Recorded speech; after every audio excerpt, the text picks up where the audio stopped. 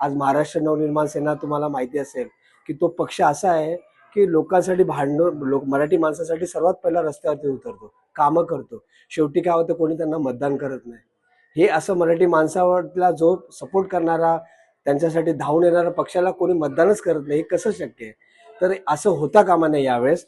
बघा इकडे आमचे अभिजित देसाई साहेब डी मध्ये, आपला डी प्रभाग पडतो, डी मध्ये 22 मध्ये अभिजित देसाई साहेब उभे, क्वालिफाईड इंजिनियर पर्सन आहे, भरपूर यांनी कामं केली आहे. सेक्टर 2ला त्यांची शाखा आहे, त्या शाखेच्या माध्यमातून. तर यावेळेस नक्की तुम्ही विसरू नका, महाराष्ट्र नवनिर्माण सेनेला सपोर्ट करा, राजसाहेब ठाकरेंना सपोर्ट करा, उद्धव साहेब बाळासाहेब ठाकरेंना सपोर्ट करा आणि यावेळी नक्की मतदान करा.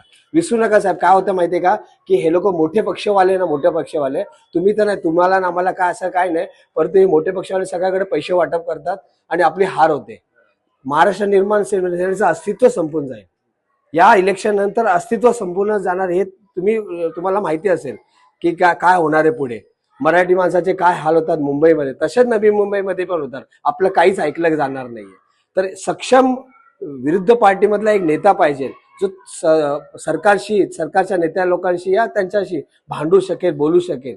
तर यावेळेस चुकू नका. अशा लोकांना चाबी देऊ नका आपल्या घराची, शहराची, की ते बस ते जसं पाहिजे तसे करतात.